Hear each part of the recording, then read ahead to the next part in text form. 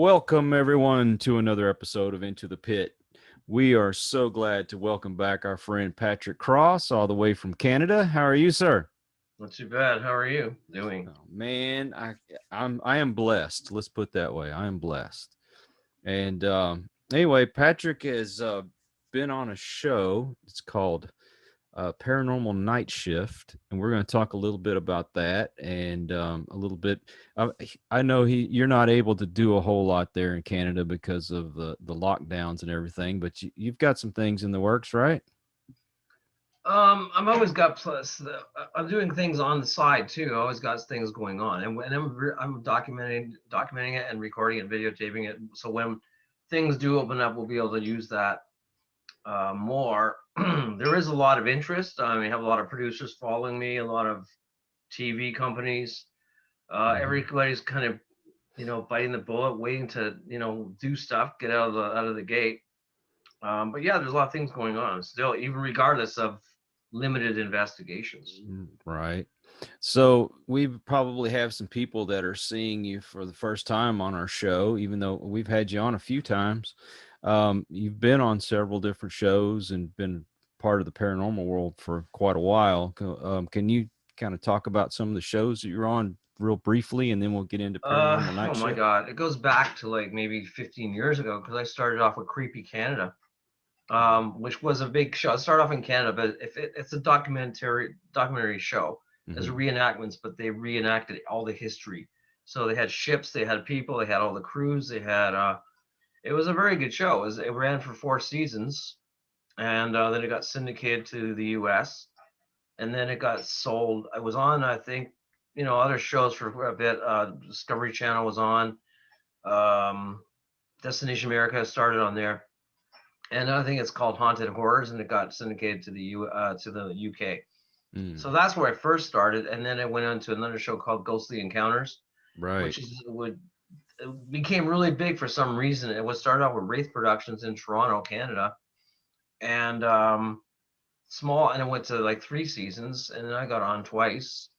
Again, that was one of the first reality shows that was actually like, you sit down, talk, and somebody else reenacts yourself.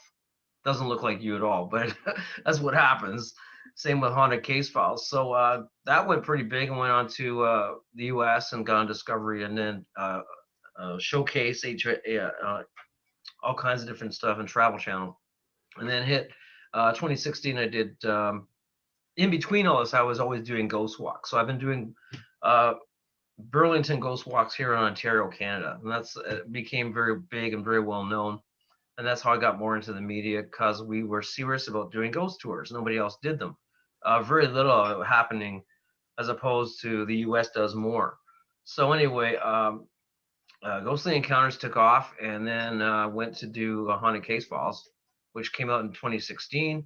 Did the first 2 episodes, and it just went out, blew out like gangbusters. It just took off all across the U.S. and T&E is one of the main paranormal shows here in Canada, Mm-hmm. and they then are affiliated with Travel Channel.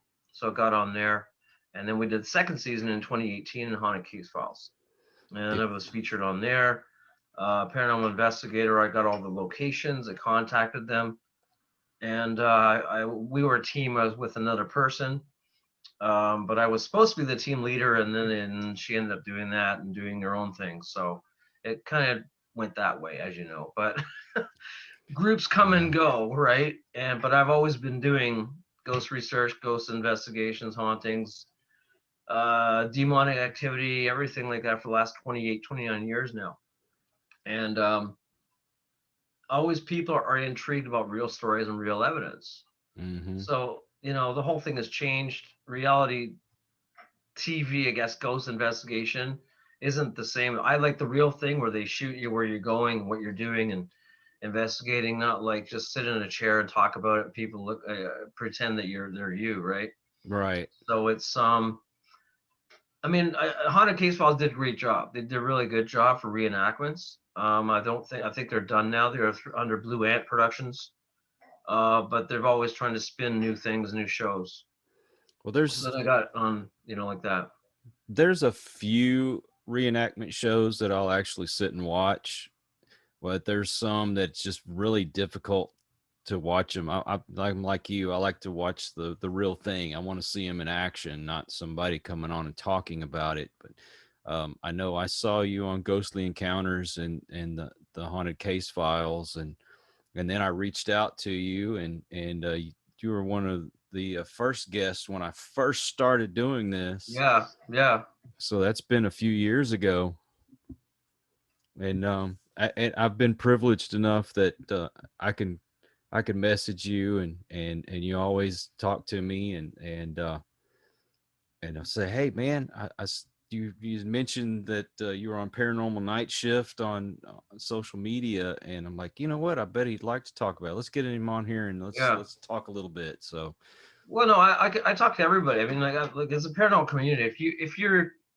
friends with everybody, you're not seeking fame, hmm right? And you can relate to things. And I like sharing the stories, like sharing evidence, like sharing everything, because that's how you learn. That's how you gain other things, and working with other people who can help you and suggest other things. So I think it's good that way. But I'm not. I've turned down shows honestly for millions of dollars that just want to fake it and say, "Well, go on there and be a star." And that's not me. I'd rather do the real thing. And if you have to make it up, then there's something wrong. You know, there goes your career, and then you might get the money, but it's not the same. yeah, well, So I'm always once been you real.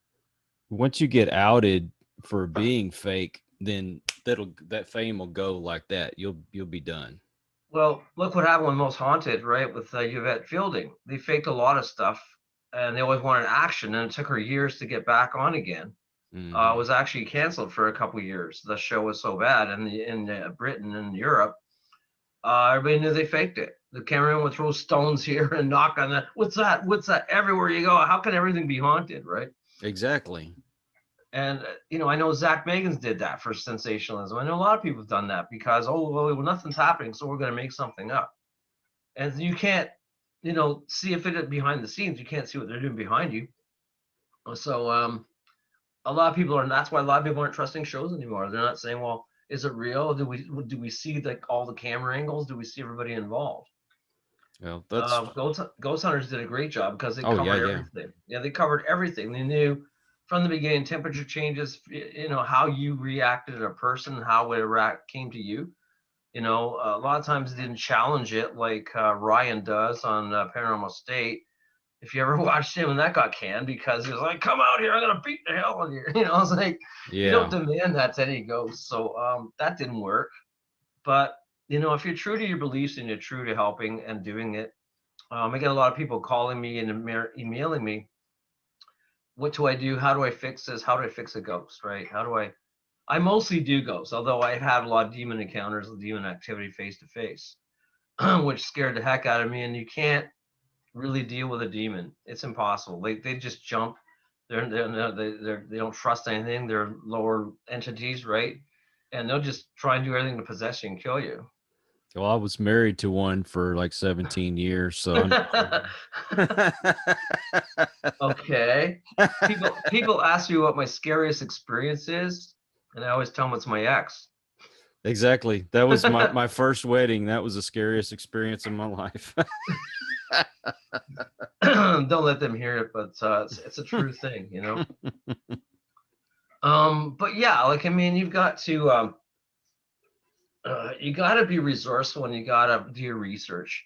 If you don't, you just go into this place of haunted history, and that's why a lot of these groups are doing. A lot of people are doing that, and maybe wrecking it more and disturbing it worse than and causing more problems. So if there's nothing there, there's nothing there. Well, let's make something happen, right?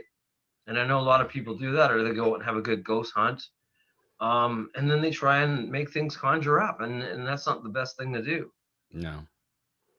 No, one thing at Halloween, if you're having a haunted house, but when you're trying to actually prove that there's something there, and you get busted doing those things, you got some production guy knocking on the walls, or like you said, throwing rocks and stuff, then there goes our credibility, and we work hard to get that credibility. It's hard to get the credibility and to stay with the credibility, and it's so hmm easy to there's so many people debunk you, but I mean, you have to prove so many things. Yet the people who are negative go, well, I don't have to believe it. I don't have to believe in it anyways. So it's like you say, evidence is gold. If you get stuff on it and video and everything else, and the angles and everything else and the shadows, and you watch all the visual, it's pretty good if you can get that. I've been lucky. I've been really good with EVPs.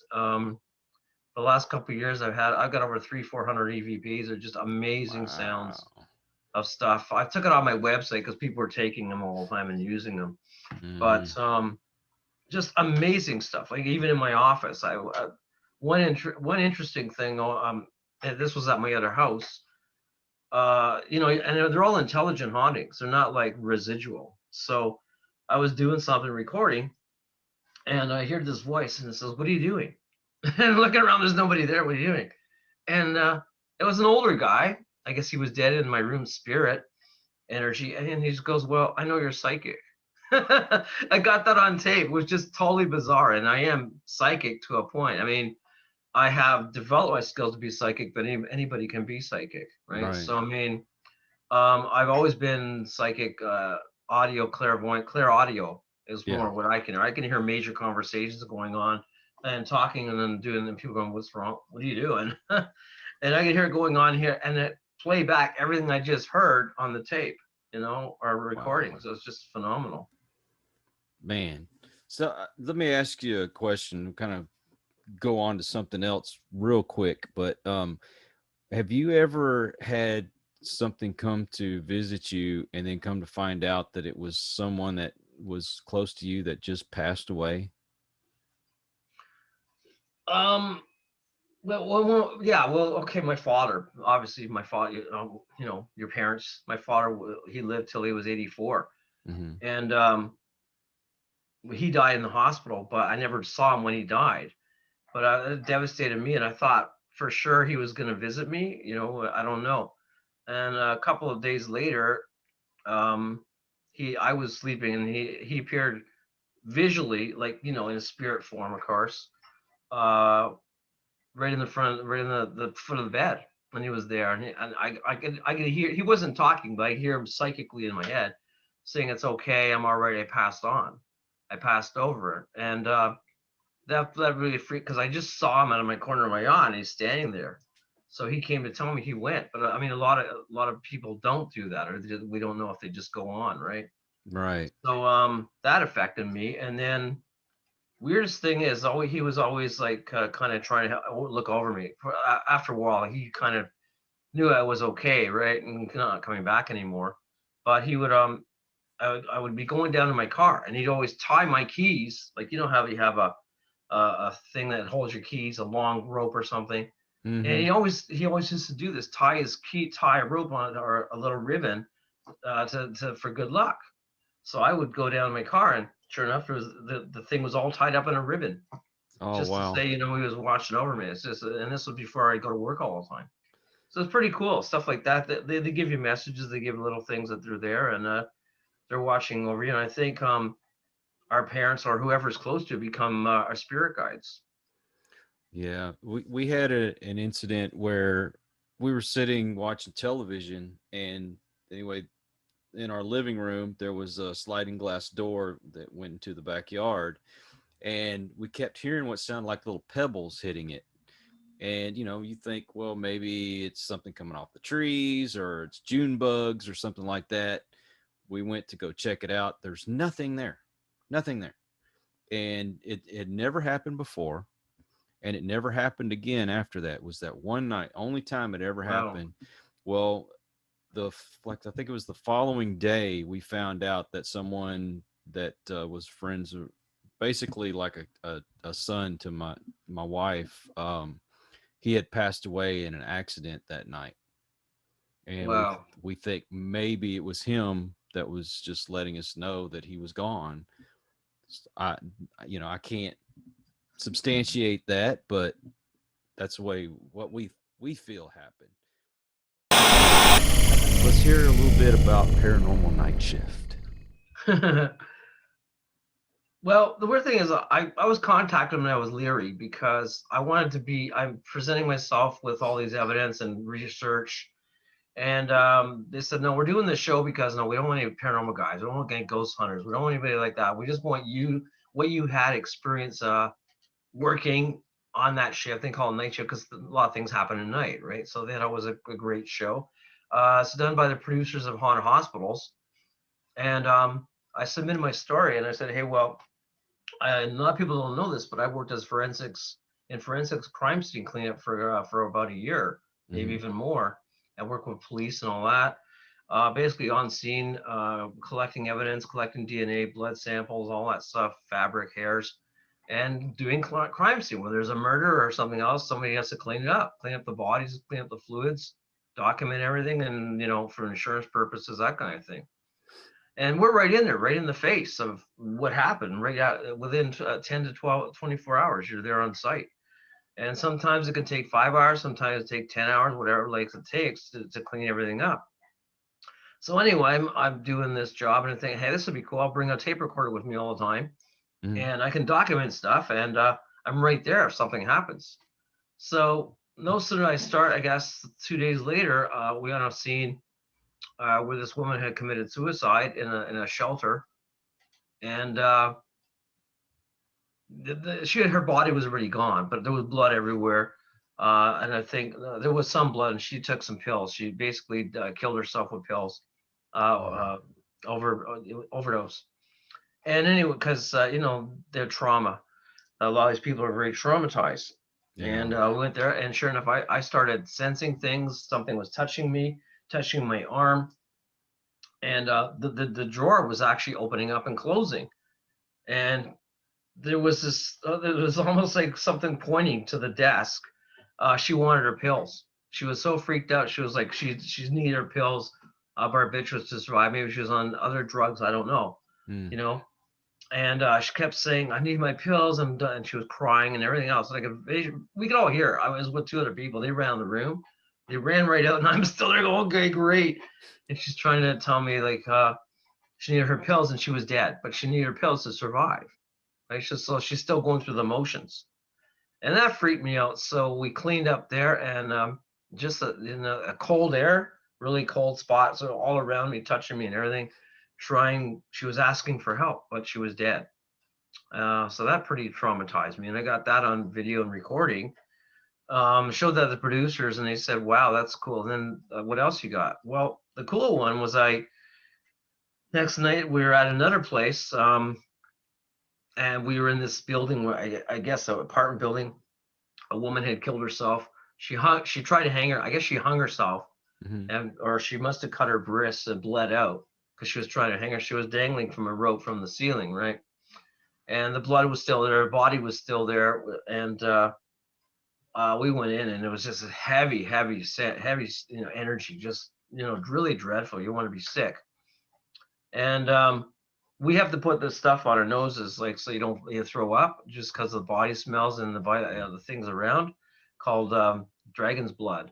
So it stops anything from going in your nose. So you don't smell the decomposition and the blood and all that.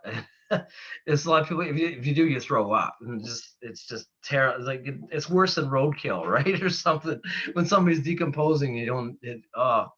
Anyway, she was there, and we're cleaning up, and we're vacuuming, and all I see is this image of a woman, white, pure white, just appear in front of me with her arms like this, but you could see blood dripping out of her arms, just like that, reaching out to me, showing how she died, right? And that's what they do. So it just freaked me out, and oh my god! And it's like I didn't stay on that job too long. I It's don't like, blame you. and most of it's at night, right? So you're looking Right. around and seeing, and again, my friend, we actually took photos of it and saw this woman, and she wanted me to kill myself and come with her. And that's on the show on Paranormal Nightshade. It goes, come with me, kill me. I want to kill you. So she was a pretty evil person. She had scratch marks on my arm. You can see Oh, it bleeding, and then we had that on the show too. So she's a pretty evil kind of or very depressed, evil person, I guess. Maybe because of the way she killed herself, and she wanted somebody to go with her and kill them. And she kept saying like, do it, kill yourself. God. So she committed suicide. It was just very traumatized. These people are in trauma state. They don't know what they're doing, right? They're so depressed. And this was all before the pandemic, anything like that. Happened around when I worked there in 2010 and 2010, 2011. But the show didn't get filmed until 2019. Mm. So we're documenting a lot of stuff, and that was pretty freaky. And then I think the worst one they didn't want to put it on because it was too gory, but I thought it was a cool show for what it would be. Working in the one building, apartments, just the other apartments across the way, Mm-hmm. and we're looking, and we're cleaning up because a lot of people are low income and stuff. Right. And looking across, you can see the building right across. So it must have been 10 floors up. All of a sudden, you see right through the window and the balcony, this guy's running, right? Jumps over the couch, runs right through the window, right through like the balcony, jumps right off. That freaked the shit out of me. I was like, oh my God. We look down, guy goes all the way down, smashes right into a car, right on the roof. God. Kills him, like obviously splatter blood everywhere. It was like a movie like Spider-Man or something. It was just like, and this was nuts. And so I run down, and it must have been about 2 in the morning, 3 in the morning, and I'm the first one on the scene and going right by the car, right? And then his next thing you know, you hear ambulances and police cars and everything. This guy's just obviously he's dead. Like you see him, all mangled up, went right through the roof of the car, blood everywhere. And cops come, what are you doing? What are you on to get away from here? And all this stuff. I said, well, I'm crime scene over there, cleaning that one up, and go, well, I guess you got another one to do. Jeez. So it's like, and the police are asking me everything. What did you see? And I documented it all, right. Wrote it all down the report. Ambulance is right there. They couldn't do anything for him. They're just scraping all the stuff off, the brains off his seat. And you see this is traumatic, right? I don't even know how a lot of paramedics can do this stuff when they see stuff. God. That's got to Yeah, linger with you and that forever. blew me away because I was that close to life. I'm right there, life and death. Right, the guy's dead, but I saw a whole mist coming off the car, believing that it could be. I couldn't be sure, but the spirit, right, of the energy of this man who died, just thrown out of your body. Uh, Somebody who wants to do that, it's just tragic. You don't think when you're going down, right? But so many people want life and then they kill themselves. So it's like it's just bizarre. Yeah, we're having a problem with that, with the people being shut in during the pandemic. You think of people that are already isolated, living by themselves, and now they're stuck in their own homes, and they're losing their minds. You Yeah, see that a because lot. a lot of people were depressed before, or they don't have anybody to talk to, and no place to go. So that would be more depression, and then now the anxiety and everything else going on, right? It does traumatize you now because where are they going to go if they're not working? What are they going to do? Who are they going to talk to? Yeah, So, and if you're living in small compartments like apartment, right? You fight a lot because you can't go anywhere, right? So I've been getting a lot of cases where people are depressed and need help because they think because the arguments and negativity that's causing ghost activity, right? oh, And a lot of things are coming up, or they're fighting with their kids and their families, and most of it is psychokinesis. You yeah, can put out the more energy you put out negative, the more you can cause things to happen, as you know. So it's not always ghost related. It could be your our minds are powerful, oh so we yeah, can cause things to go across. We're really mad, throw things across the room, throw all kinds of stuff at people, like because of the energy's got to go somewhere. yeah. People don't think they realize how much you can manifest just having that negative energy around you all the time. Yeah, Yeah, and it can manifest to entities and low entities because you're causing that negativity to swirl up like a hurricane, right, or a tornado, and then it can actually come into it like a poltergeist. it's yeah. Some things just feed off of that energy. So if you got something close by, they're like, oh, perfect environment. Yeah, and you I've get a lot of seen that. walk-ins, and like I don't know if you've been in apartment buildings, but you got people above you, below you, beside you. I notice there's more ghost activity or things going on in apartments because people leave, people die. There's more walk-ins and things going on in apartments than in actual houses. Yeah, I hate doing investigations in apartments because, like I say, you've got people above you, below you, beside you, and it always taints the evidence whenever you have all them people around. Even if there is activity there, it's hard to present that kind of evidence when you can easily say, oh, well, that was just somebody walking across the floor Yeah. upstairs, or Something else made a sound. You don't know mm-hmm. unless it's right in front of you, something happening, or in the room. But otherwise, it's pretty hard. And then this is another problem that I'm not like to say, but I don't do residential anymore because people turn it around. They think you're famous. They think you're good, and they go, well, let's wreck his rep. Not really wreck her rep. Let's wreck it and make it like, well, he didn't do anything for me, right? So you know what I mean? It's like they're taking your words and saying, well, or say you pick up something and they go to turn around, no, that's not what happened. You're all wrong, and they blame you. Next thing you know, you can be discredited even though you're trying to help. Mm-hmm. So I find that a lot. People want something, well, not necessarily, but they're looking for attention, or they go, well, Kyle said, or Patrick said, or Zach said, and then they go, well, that's not true. And then you start losing it because you're trying to help, and then they're wrecking yourself. So people turn things around because they're miserable and they're depressed, and then I don't charge anything, I don't charge money.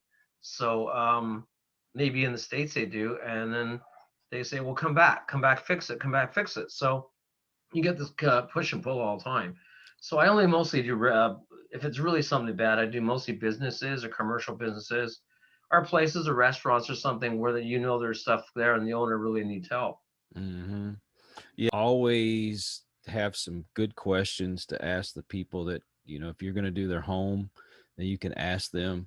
There's a lot of times there'll be people that just want you to come out and they think, oh, they're going to film this and we're going to be on TV, and they're looking for fame too. Oh, I was on this show, whatever, yada, yada, yada. So, and you have to be careful too, because people will, like you said, they'll try to discredit you, or you never know. That's why you Let's you just need be to have safe. And those questions. if you are gonna go with a team, so you can back up what you've done Mm-hmm. and record everything what you've done, so they can't say something or go, "Oh, videotape this and the way they said," right? And I'm not saying all people do that, but everybody's trying to get fame on TV. They're 5 minutes, and they're trying everything they can. So if they rub shoulders, hey Kyle, I was with you, great. I'm gonna be a video, and I'm gonna let me take a video of you, and now I'll be on TV because Kyle's did it, right? Right. So that's what you get. And the more you do stuff on TV, the more people want to get you on their video so they can be famous, right? But Yeah. that's not the idea here. Yeah. It don't go out there and try to push for that fame. If you want to be on television or something, I mean, that's a great goal to have. Um, I'm in it just because I like helping people. And if it just so happens somebody wants to put me on a show or something, great. If it never happens, that's great too. Just if you push for it, then it's going to end up being a disaster. I promise you that. Well, I know a lot of people are that I get. I mean, how come you're on the show and I'm not? How come I've been doing it for 10 years and I don't get on a show? Like, that's not the point. It's like if people come to you and they believe what you're doing and they like, I've been doing research before. Oh my Mm-hmm. God, lots of newspaper articles, research, everything before I got on television because I researched everything. They had the history, I had everything to back it up. So when they ask me something, I go, oh, I'm just going to go look for ghosts. Well, no, what happened here? What was the time period? What went on? I went all through all that. So I got interviewed pretty detailed before I was even on TV shows. To believe that you know what you're talking about, believe that you can help them, believe that you have the ability or with people as a team to help. And that's the whole idea. Yeah. Because they're going to find you out sooner or later. It doesn't take long to figure, well, the guy lied about the location and he just wants to pretend ghosts are there. He pulls a string and stuff.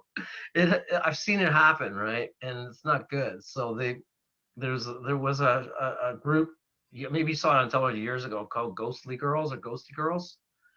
And I don't remember that one. a couple of, it was only on for maybe not even 3 months. Um, Came out of Canada, and all these girls were trying to get together and think they're doing this ghost stuff, and they did no research, nothing. They just want to look cool. Do my hair, do my makeup, do this, do my hairspray, look really hot. But they didn't, they had brooms. It was just funny, and they weren't doing anything serious because they didn't do any research. It didn't last. It became a joke. Yeah. And stick to reality. You don't want people to find out that you're fake, because that'll ruin you. You'll never get that reputation back. It'll be, if you did, it's going to be very, very difficult. Yeah, I mean, I was doing tours Years ago, we did a haunted mansion up north in Canada here, Kincardine area. And this was really haunted, serious problems. And we had, I was on ET Canada there because they filmed us, and that was one of the big shows I got on. But anyway, we would do tours, and people were all trying to make, well, nothing's happening, I'm gonna make something up. So they were trying to throw bricks and at the doors, and we were in the basement. I said, well, it's haunted enough, they don't need you to do it. Right? And they would like move like things on the wall. You go by there and you go, holy cow, how'd that happen? And they move chairs and push them over. Oh, it happened, I just saw that on the tour. So I stopped doing the tours because they're trying to make stuff up, and we're getting films. Everybody knows you, and then that doesn't look good. Yeah, that's really got to be rough on people that have those tours with the whole pandemic and everything going on.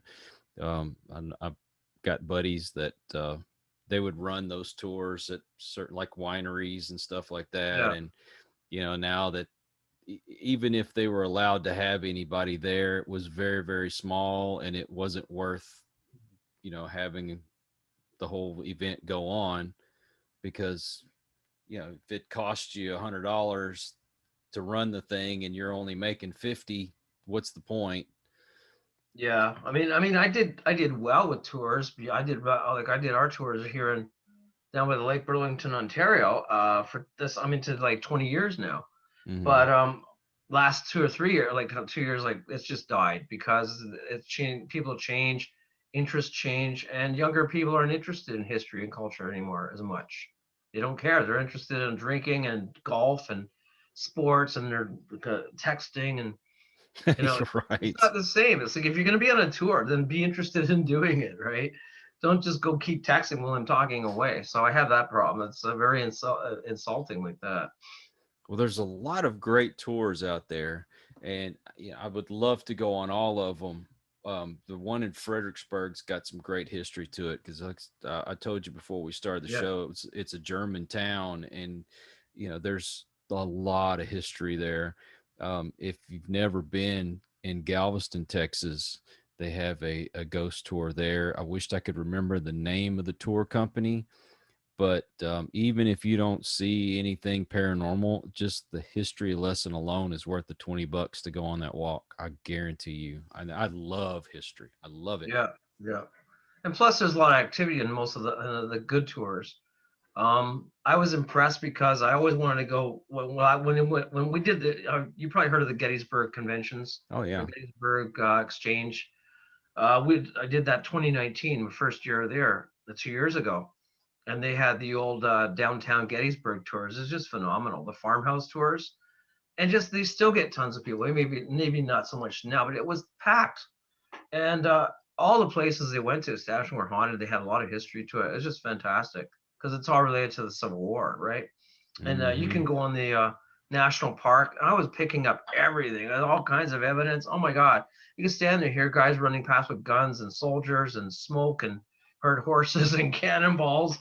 I got to recommend anybody want to go to Gettysburg, man. That's the place to be. So if you go to the Gettysburg convention, it happens every year. Well, they haven't had it last year. Mm-hmm. Just phenomenal stuff. And there's a lot of groups that go there. I was there and met a lot of good people, a lot of serious people interested. Had a really good time there. Well, I was reading books. Oh my God, when I was growing up as a teen and in my late 20s, I was reading a lot of research and just intrigued and just glued to the books of all the ghost stories and all the real stuff. Mm-hmm. Hans Holzer, all those things, all the famous guys that went through before were doing it all based on evidence and Mm-hmm. what they documented. And they did a lot of stuff, and a lot of this was on BBC in Europe and England, that they were really doing a lot of how they did it, and the old equipment they used and everything else was. It took a lot of time. It didn't just go, here's a ghost thing, here's the thing, and put it in the ghost face, right? Mm-hmm. They checked it out. The old analog tapes, all that stuff was being used, and a lot with the frequencies and the sounds to figure out all this stuff going on. Hey, learning is fun, man. I love It's to learn. it's a lot of work, but it's very rewarding if you can do it and you enjoy it, right? Yeah, seriously, it is. It's very rewarding. It's just, I love to know how things came to be. Because I got into recording ghosts because, well, they were always attracted to me. But I was a sound man. I became a sound person for CBC, Mm-hmm. and I used to do sound for a lot of touring groups, big groups, and I got into a lot of how audio worked and sound and recording and microphones. I did that for years, and I applied that to recording ghosts and capturing electronic phenomena. So it worked out for me. It's like fantastic. And the reverse recordings, you can edit it, you can fix it with Audacity. There's so many things you can do.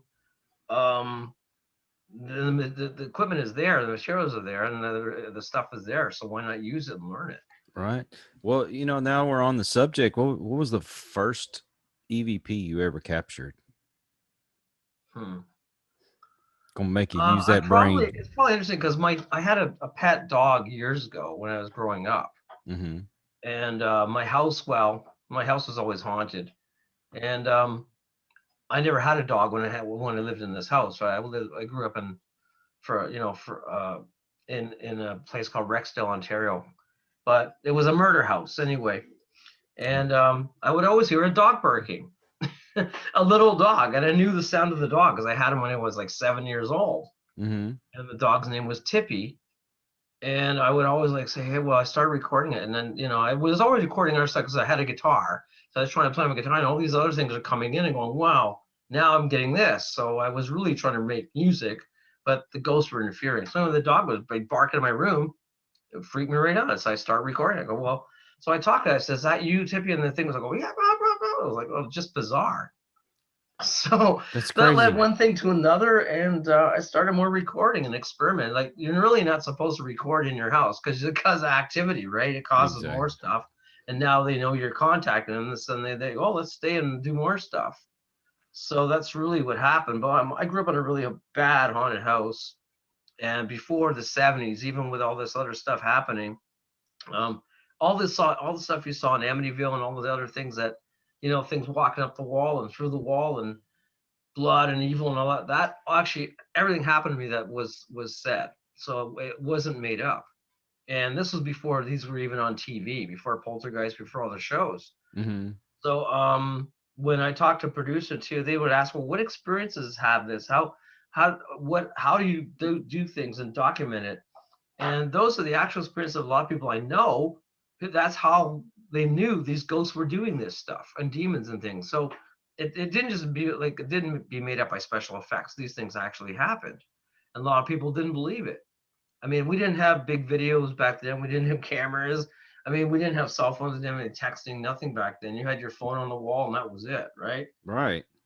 But it was hard to document things because all we had was your little Polaroid cameras, and the film comes out, right? And maybe you'll get something on there. So all I had was tape recorders, so I could document that. But it was really hard. And if you're a kid, you couldn't afford an SLR camera.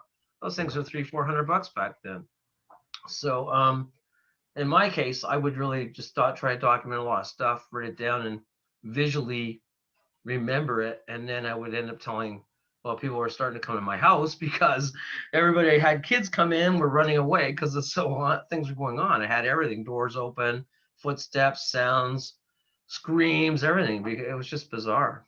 Well, some people don't realize it. People have been ghost hunting for hundreds of years, but we just recently have gotten the equipment to actually capture things. I mean, they use things like spirit boards and stuff. What 100 years ago, whenever it Yeah. started, and Well, the only way they documented was like you remember even Harry Houdini mm-hmm. in the 1800s, like they were documenting, well, maybe later on, right? He came later on, but ideally he was intrigued by the Ouija board and documenting that, and they would only the way they would document was like newspaper stories or would go to folklore, and stories would be told from one person on to the other, and that's how sensational. But it was always a news bulletin or newspaper. That's how they documented it. They had no real way of recording it. Um, and then as you know they would have table tipping on Friday nights or on a weekend, Mm-hmm. and have the tables fly and all that stuff. So that was the big thing, and do Ouija boards was a sensation. The biggest thing was always psychic and ghosts and let's have a seance and contact something. And their loved ones, and they all made money off it. And a lot of things were, fraudulent at the time too. Yeah. Well, do you remember when they used to take those photos and you'd see would look like some kind of plasma or something in the Yeah. air? And of course, a lot of that I think was cheesecloth or I mean, I've something. never seen But plasma like that when it comes out of the nose, and there's no, I've never seen that. I mean, I've seen mist, and spirit energy come out of people, but to recreate what, like you said, that must have been they did the photo, probably documented up, yeah, because they they just doctored him. the old Kodak cameras, and they put them on the stand, take a shot in the flash, and there's mom and dad, Yeah. with a ghost. So they must have done something. Well, they was it they call it double exposure or something like that. Yeah. That there I've never if that really happened, you'd be getting photos like that like crazy, even on your cell phone. Oh, I know. Because our phones and everything are more sensitive now, anyways. Oh They yeah. pick up a lot of things. The one thing I do hate about cell phones are apps, and I have to say this to anyone: if you're using lots of apps, don't, because really research it, because you can't calibrate them. They Nope. don't work. But a lot of them say, "Oh, yeah, I'm going to get this really cool sound, and I'm going to do this," and there's a ghost radar. I mean, it's all crap. It's out to make money. Come on. I mean, Um, we would spend hundreds of dollars on old equipment like analog tape recorders and reels and everything else, and I'm going to trust an app that says there's a ghost here. You know what I mean? So it's like they're not calibrated. How can you calibrate white noise on a phone, or anything like that? You can't calibrate something, or an EMF meter on a phone, because it's not calibrated. You have to do it physically, and to tune a room. If you want to tune a room, what I mean by that is they would do that for acoustics to play in a band. So if mm-hmm. a band's playing, they had to record everything. You have too loud sounds over there. It was too low here, too high bass, too high treble. So they had to tune it with a white noise generator, and sometimes pink noise generators, and they would do that, and then to set up recording the record sorry, microphones all in different spaces around the room to get a surround sound, 360 degrees. So like even when I was doing recordings other places, I would set up microphones everywhere in different angles, and tape recorders and video, to make sure I caught all the angles, what was actually in there coming through or going out. My advice to anybody that's just getting into paranormal investigating: don't go out and spend a whole bunch of money on a bunch of equipment. Get you a recorder, what, 20, 30 bucks at Walmart, and you can use your cell phone, or get you, if you want to get you a camera. Only reason you should invest in any other equipment is if you have a controlled experiment. Other than that, you don't need to spend a whole bunch of money on that stuff. Like I still use this, the old Sony Hmm. cassettes, right? And Right. they're great. They still work. You can play them back. You can play them forward. Analog, I still like analog, and then you got the digitals that'll work. But the problem with digitals, it's compressed. Yeah. So if you know an MP4, what it makes up of an MP4 recording, it's compressed. So you don't get the highs and lows. You don't get the frequencies, 400 hertz or 40 hertz for the ghost to hear, because now it only records a certain bandwidth. Yeah. So these are pretty only good as a reference, but they're useless unless you have it with other equipment. True. True. I don't know if you've had that. You record something that's not there, and you know it was there, and then you get it on something else. So Well, I got excited when I first started up a team and went out and I bought this, that, and the other. And now that stuff is just sitting in a box. I never even use it. I, I use my cameras, my video cameras, my yeah, recorders. Those are the best things to capture evidence. And, I mean, and I've cut some stuff on myself, but again, you're yeah, limited because the camera isn't as great as you'd have an expensive Canon or an SLR or whatever, right? Digital yeah, cameras or of that nature. But for references, I've got some pretty good to have to use some photos out of it. yeah. I know a guy that all he does is use a video camera and a recorder. That's the only thing he uses to investigate with. And well, they will take out the EMF detector just to see if there's anything in the walls that might be affecting people, because I mean, how many times you gone to a place and they've got old wiring in there and the Oh yeah, and EMFs? then exactly, it's Yeah. like you hear it. There's copper wiring, copper everything, and Mm-hmm. obviously you're going to pick up that. And if the water's running, you hear a sound. What's a bang? It's the water contracting. right? The hot and cold on the pipes. So you know, they go, oh, there's a sound. Like, well, obviously it's building, it's a sound. Yep. So nobody's aware of those things anymore. Nobody says, I'm just gonna go look for ghosts. You know, obviously, you can't do that in a cemetery, but you're limited in a cemetery because you're outside. Mm-hmm. So say you hear a footstep and you're recording, well, the other guy besides you is doing the footsteps. So Exactly. how do you validate a cemetery recording unless you isolate the cemetery? Yeah, you have to become your own worst critic when it comes to investigating. I'm skeptical of every bit of evidence we ever get. I mean, it has to be something mind blowing before I even share it with somebody. Other than that, it's very difficult for me to say, "Hey, check this out." When even in my own head, I'm thinking, it could have been a pipe, or it could have been, the house settling. Well, you get a lot of teams that go out at night, right? And they don't Mm-hmm. realize you're getting light refraction. Mm-hmm. So light from what is around you, the street lights. Somebody has a flashlight, and you see they go, well, it could be an orb. You know what I'm saying? So these you have to really research that who is with you and what is on and off at the same time. Otherwise, you're going to get everything that's refracted and think it's an orb, or you walk through grass, it's a dust orb. It's not the same as a ghost orb, right? So all these things, or it's a fly or something else. But they're like, oh, there's a ghost. Like just because you're walking through a cemetery doesn't mean there's a ghost. Yeah. Well, yeah, I don't understand why people think that every investigation you go to, somebody says it's haunted, you're going to find a whole bunch of evidence. How many times have you gone out and even the same location, time and time and time again, never capture a thing? I've So, gone in places all night, not captured one thing. yeah, Sit there with a coffee or a bagel and all that. Sit there, nothing happens. you And got to, you can sit there forever.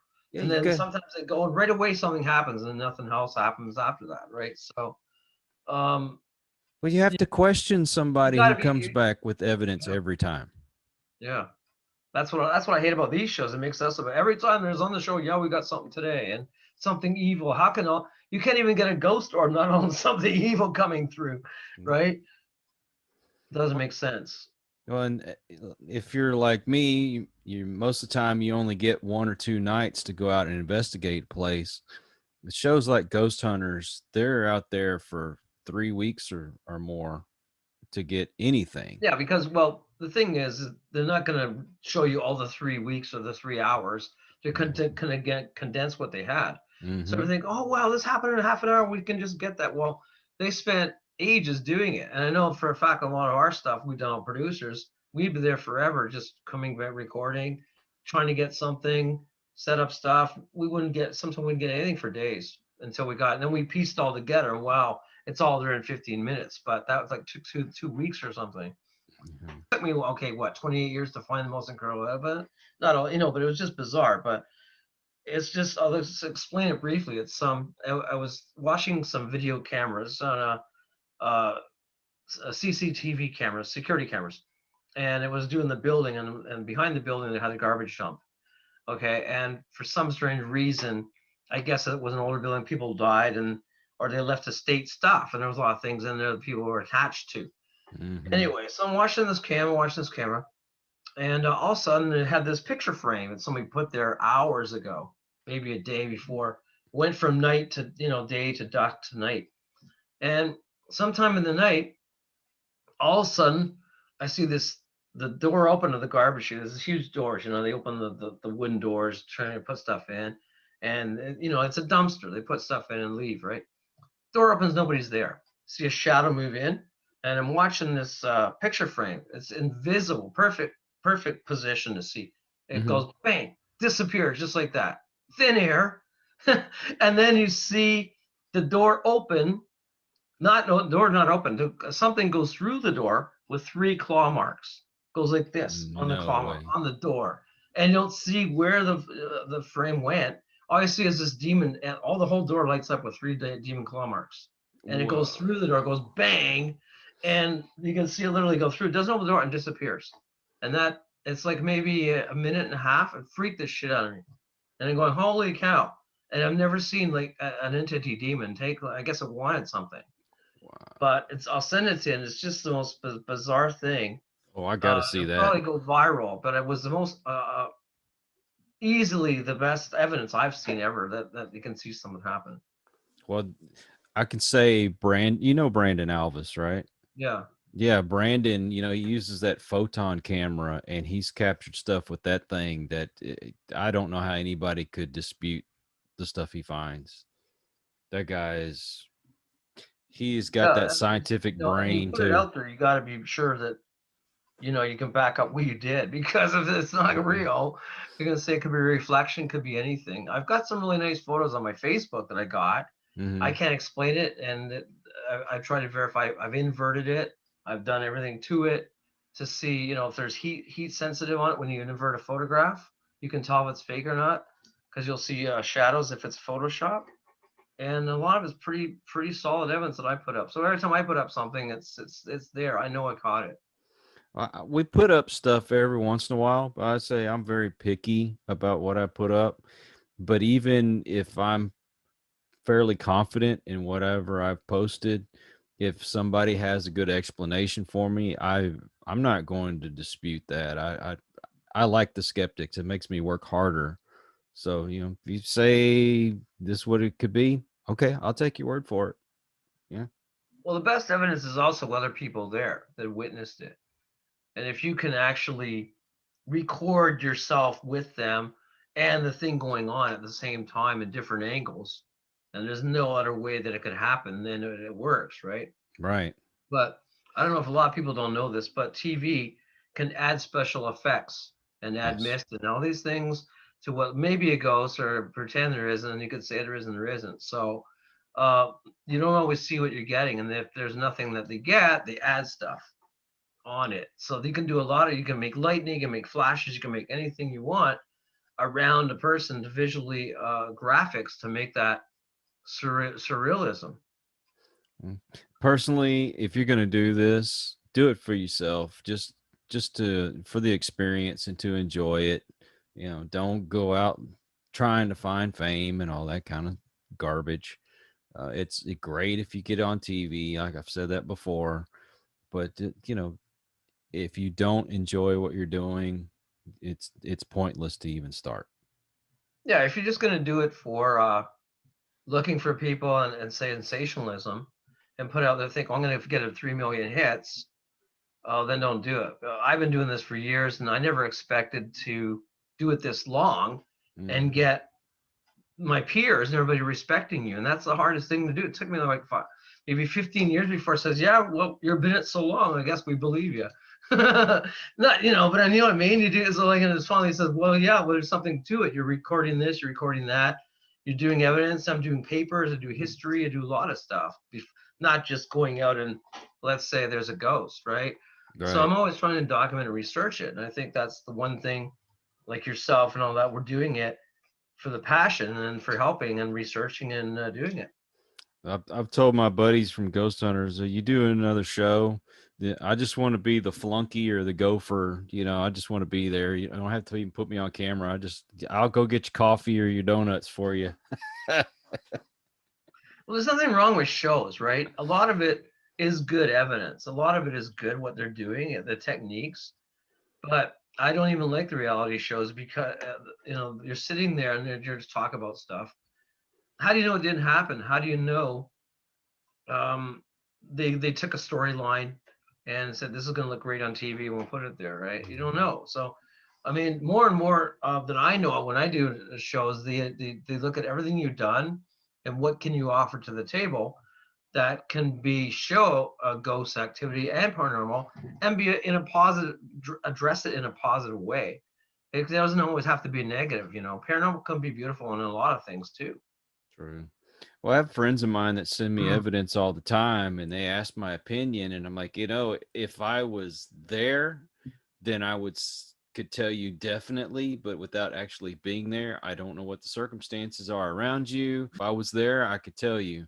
I can say, yeah, it looks like a good piece of evidence, but I can't back it up because I wasn't there. Well, this is another thing why they're making it sensational. Because if you really watched us, what we did, probably be as boring as hell. It'd be worse than golf, right? If you're Yeah. sitting there going, "Well, this is Ghost Hunters," just you know what I mean? You're sitting with a coffee cup and cameras, like that if the people really saw what we did, they wouldn't even care. But they make it sensational. Oh, there's a demon attacking now, and there's this guy being chased, and all this stuff. That's what makes it sensational, because they have to add something to make it TV. Most of the time, it's just boring. Real ghost hunting is boring, and it's like, we're not boring. You know, I mean, it's just sitting there like fishing. You're waiting for something to happen. Yeah, but we still go fishing because we can't Yeah. wait to catch something on that line. Hey, yeah, I say you gotta love it and do it just because you love it. Don't do it for any other reason. Well, other than maybe helping people. Well, I like helping people, but I don't like it when they don't know, when you tell them something and don't believe you. Right? Oh, I Mm-hmm. don't believe that. I don't believe this. Well, they're negative from the start. Oh, I don't believe that's going to happen. It happened to me, but it's evil, and now it's not there. So, like, how can you work with someone if they're not going to work with you, right? So that's the main thing. True. And like you said, I have over 90 questions I ask people when I go into investigation. I used to, like, what happened here? What happened there? Did you have a car accident? Did you have trauma? Did you have fights in the family? Did somebody die here? You know, all those things you gotta ask questions, because what are you researching if you don't know? Yeah. Are you taking medications? That's Yeah, another one. exactly. Are they lost it because, as you said, medications, or they're suffering from depression, or there's all kinds of health problems. And there's cases where I said, I can't help you because you need a doctor. You don't need a paranormal researcher, right? There could be other things carrying over from that, or they have Alzheimer's or something else. You don't know. Well, and I don't ask that to be a smart aleck. I ask that because I've taken medications before that have caused me to see things that aren't there. You never know. I mean, And if it's something is happening while they're depressed, I'm not saying it wouldn't, yeah, or something is like, oh, I'm sick, but something is happening. It can attack you, or latch on, because your resistance is lower, your immune system is lower, and it's more open to things that can happen. I'm not saying it can't, but you really have to, like, if you're going to be out there and trying to help someone, and then they blame you later that you didn't help them, then that's, you defeat the purpose. mm. And one thing I tell people is we're not going to guarantee that we're going to get rid of anything. That's not my Oh expertise. yeah, I've heard that story. Oh yeah, you're gonna get rid of it for sure. Oh yeah, for sure. And it's No, like, I can't guarantee anything because I don't know, right? And then when you don't do it, and then they get mad because you didn't clear it. we just want to reassure people that you're not going crazy. There's something here, or You we see weren't this, able to catch something. exactly. You can document something, and you can make them feel at ease and at peace that, yeah, there is something there. I'm not going nuts, and most people can't talk about it. So at least you believe them and try to help them, right? Yeah. I've had a lot of cases where I've done stuff, help them, and they go, want you to come back because then there's something else that happened that they did, right? Because maybe they challenged the ghost. They go, oh, I know you're here now, and I'm really gonna get you, right? So I always go, what did you do after that, right? It was Hmm. all good when I left. What did you do now? I don't think people realize how many aspects of paranormal investigating there really are. You have to do a lot of research. You have to ask a lot of questions. There's so many factors, and some homes they will make noises just because the temperature changes, or like we talked Yeah, before with the plumbing. I mean, yeah. how many times have you gone to a place and it sounds like something's rattling in the walls, and it's just when the water heater kicks on, the pipes vibrate. I was at a place doing that with a camera crew, as a matter of fact, called the George Inn, and it's was an actual jail turned into a hotel, right? And they used the jail cells as rooms. And we were down there with a camera crew, and they go, "Oh, yeah, there's sounds," and it was clanking on the pipes, and it was the pressure of the pipes, and it was an old building, and the pipes and the water, they were contracting, making sounds, and they wanted to put us to put an EMF recorder and go, "Oh yeah, record that because there's sounds on it." I go, "Well, that's the pipes." Right, Mm, so it was electrical. It was all the pipes going on, and we were getting EMF going off the roof because it was all electrical, and the pipes were causing it.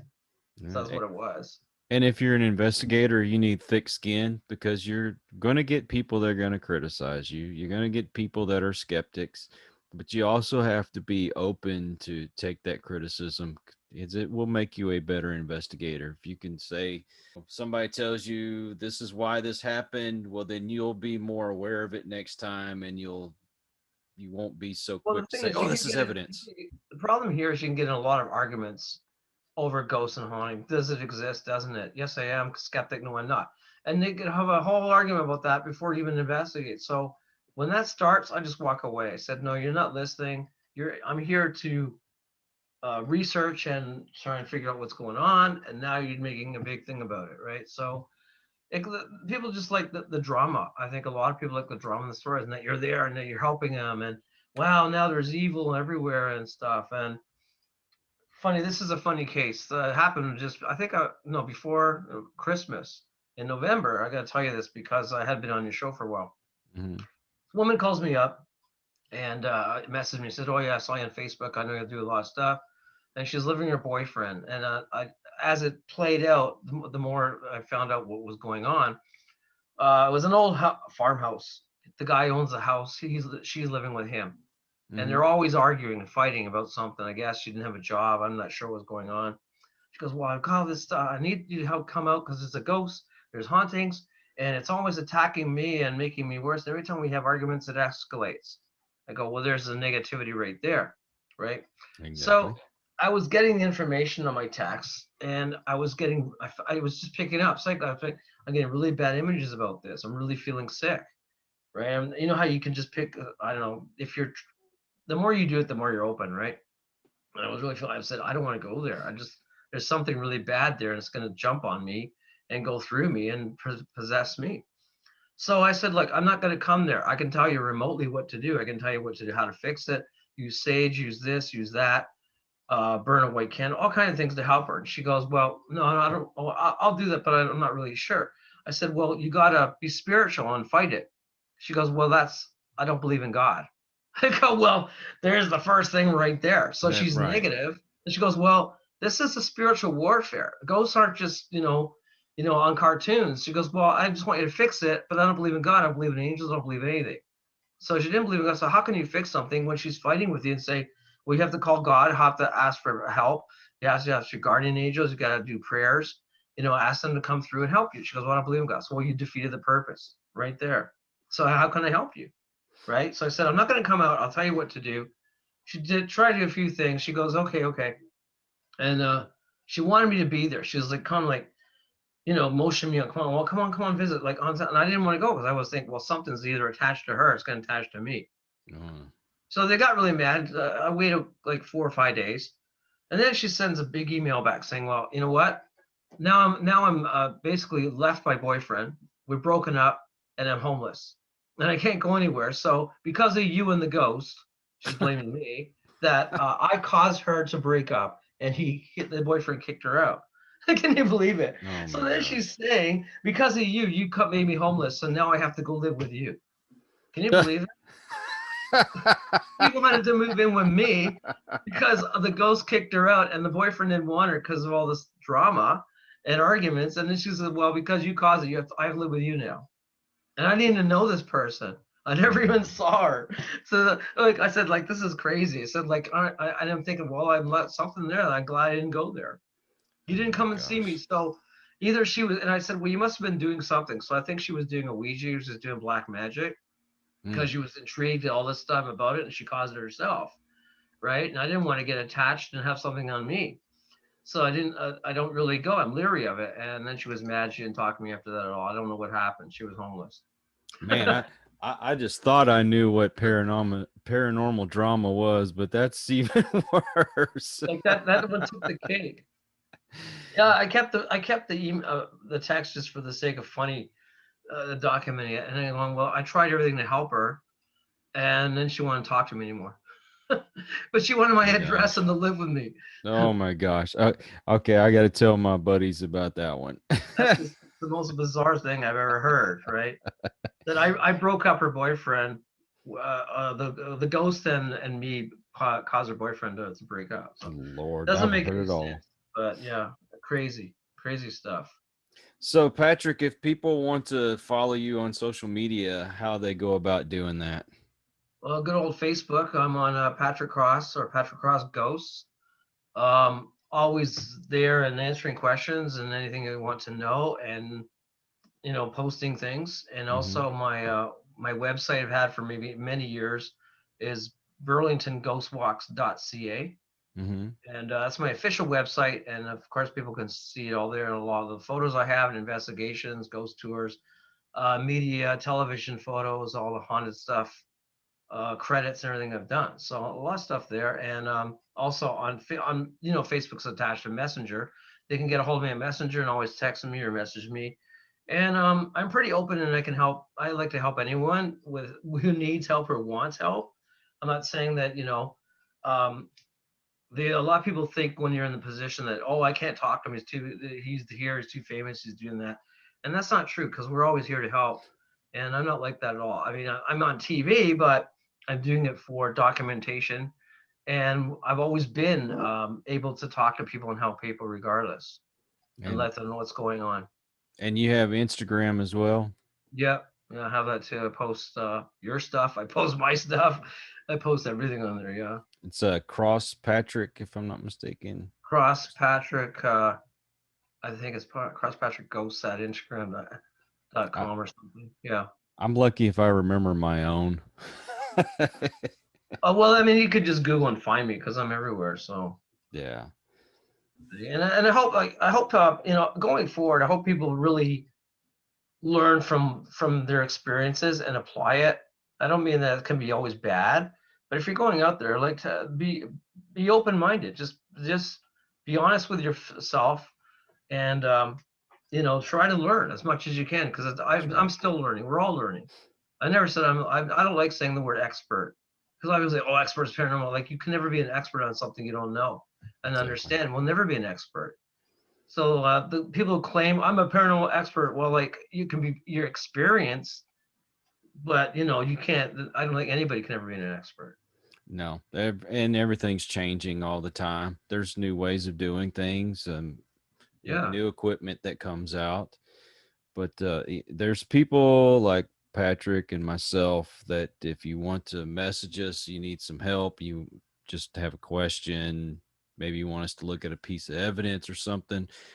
I try my best to help people out as best that I can. And if I can't answer the question, maybe I can get you in touch with somebody who can.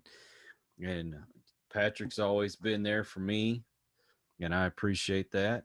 And I haven't had a appreciate, beer yet, but that's going to happen sooner or later. hey, we're going to get together as soon as you're able to come over here, or I can Oh come yeah, over that'd be here. great. That'd be great. I'm ready to go see a hockey game. So, That'd be cool for sure. Check out some of your haunted bars that you have down there. oh yeah, Austin is full of history, and you can find lots of places here that are haunted. Very Um, cool.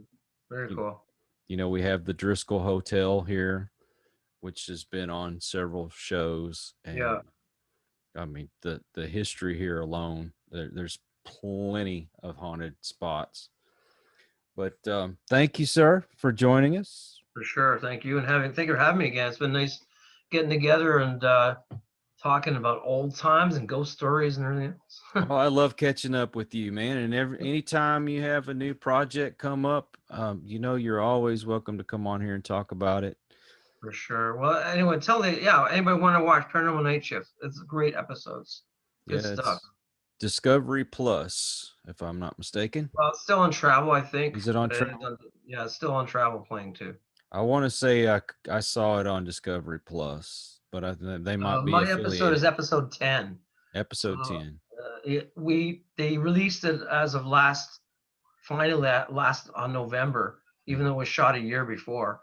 Didn't get air from October till November last, and then December is when it all started coming out. Okay. But it's interesting. It's a good show. I mean, it's very real, believable. Not paranormal investigators, but it's very believable for some of the things that happen. Yes, there's some reenactments that I don't mind watching. There's some that are just cringe-worthy because they're over-exaggerated. Not Paranormal Night Shift doesn't seem to be over-exaggerating it too much. They might make an apparition look more clear than what you would Well, yeah, normally they're see, doing but that, but they're not exactly. I was offered to go on Hotel Paranormal, and I'm glad I didn't, because it's so over exaggerated, and they don't tell you the location. They don't tell you anything. It's Dan Aykroyd on Paranormal Hotel, right? I mean, it's all about Dan Aykroyd if you watch it. It's right. very over exaggerated. I didn't like it at all. I'm glad I wasn't on it. But thank you, sir. I want to thank everybody that tunes in. We need your support. So if you're listening to this and you aren't already, please subscribe, share this out, hit that notification bell, let your friends know, because we want to make this channel grow and get that information out there to as many people as we can, and let you meet all these great people in the paranormal field. And so, Great stuff. Until the next one. Have a good one. It continues. Peace. Po boy.